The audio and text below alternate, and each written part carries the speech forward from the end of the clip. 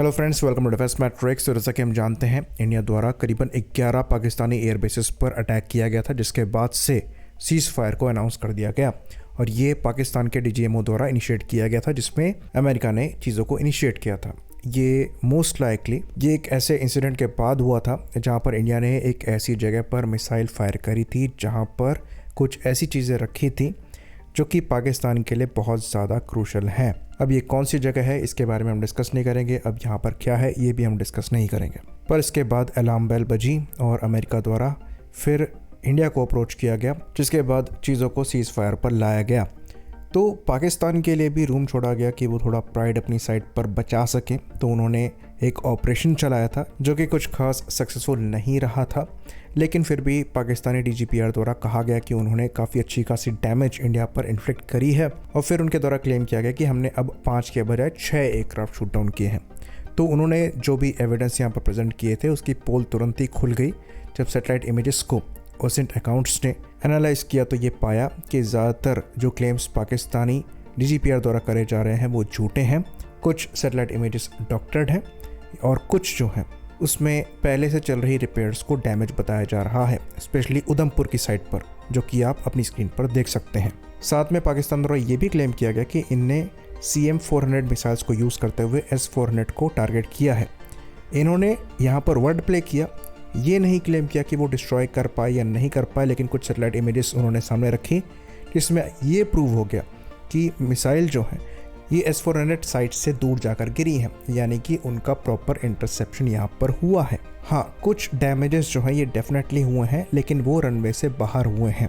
वहीं पर इंडिया द्वारा जो एविडेंस प्रेजेंट किया गया है उसमें पिन पॉइंट एक्यूरेसी देखी जा सकती है, जिसमें pin point radar restriction, runway में एकदम बीच में जाकर मिसाइल ने क्रेट्स बनाए हैं, रनवे के इंटरसेक्शन में क्रेट्स बनाए हैं, हैंगर्स को डिस्ट्रॉय किया गया है जिसके अंदर कई पर्सनल्स की जान भी गई है।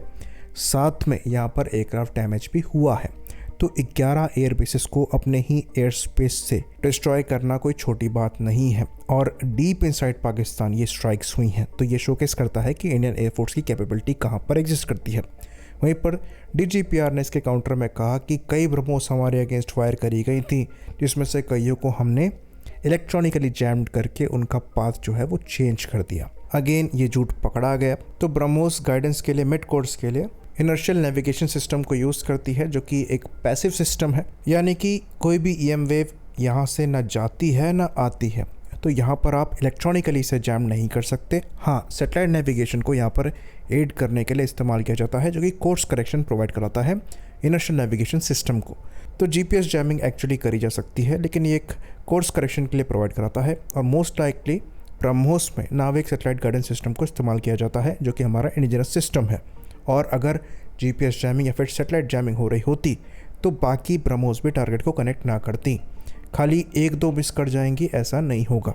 तो हार्ड किल सॉल्यूशंस इनको प्रोवाइड कराने चाहिए थे इनके अगेंस्ट में, यानी कि सरफेस टू एयर मिसाइल्स का इनको इस्तेमाल करना चाहिए था इन मिसाइल्स को इंटरसेप्ट करने के लिए। लेकिन इनके surface to air missile systems जो हैं वो इतने कैपेबल नहीं है कि इन सुपरसोनिक ब्रह्मोस मिसाइल को इंटरसेप्ट कर पाएँ।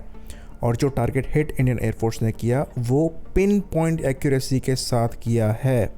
ये बात हम आपको बता दें कि पाकिस्तान एयरफोर्स अपने घुटनों पर आ गई थी मात्र कुछ घंटों में, और ये क्लेम कर रहे थे कि ये हाइपरसोनिक मिसाइल्स को इंटरसेप्ट कर सकते हैं। और उसके बाद भी पाकिस्तान की जनता इतनी डिल्यूजनल है कि वो इसको अपनी विक्ट्री मान के चल रहे हैं और सेलिब्रेट कर रहे हैं। तो डीजीपीआर ने कुछ PPTs दिखा दिए, कुछ डायलॉग्स मार दिए, इंडियन मीडिया में चल रही रिपोर्ट्स दिखा दी, और उनके लोग इतने में ही खुश हो गए। ये मजाक है क्या?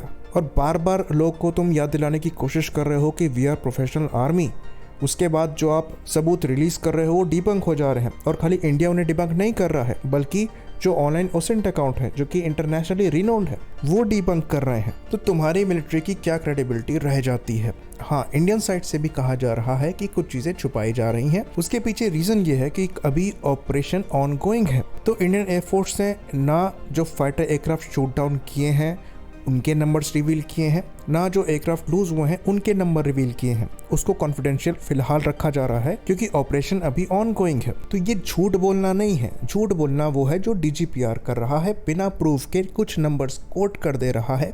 और इनके मिनिस्टर कह रहे हैं कि जो प्रूफ है वो इंटरनेट पर फैला हुआ है, आप देख लीजिए। मतलब कौन सी प्रोफेशनल मिलिट्री और गवर्नमेंट ऐसे बयानबाजी करती है। लेकिन पाकिस्तान एक स्पेशल केस है और वहाँ की जनता उस चीज़ को मानकर भी बैठी हुई है। उल्टा उनके फेवर में ये मीम बनाए जा रहे हैं। ये कैसा देश है? कोई कंक्रीट प्रूफ प्रोवाइड नहीं कराया अपने एक्शंस का, जो प्रोवाइड कराया भी वो भी फर्जी प्रूफ हो गया। लेकिन उसके बाद भी यहाँ पर जनता खुश है और ये लोग विक्ट्री सेलिब्रेट कर रहे हैं। बाकी जो पॉसिबल एयरक्राफ्ट लॉसेस हैं उसको लेकर हम एक वीडियो बनाएंगे और विस्तार से बनाएंगे और समझने की कोशिश करेंगे कि एक्चुअल में एयर कॉम्बैट होती क्या है और लॉसेस क्यों होते हैं, और हुआ तो क्या ये बहुत बड़ी बात है या नहीं है। लेकिन वो एक फॉलो ऑन वीडियो होगा जो कि हम डिटेल में डिस्कस करेंगे। इसी बात पर इस वीडियो को हम ख़त्म करेंगे। लाइक करिए, सब्सक्राइब करिए। जय हिंद।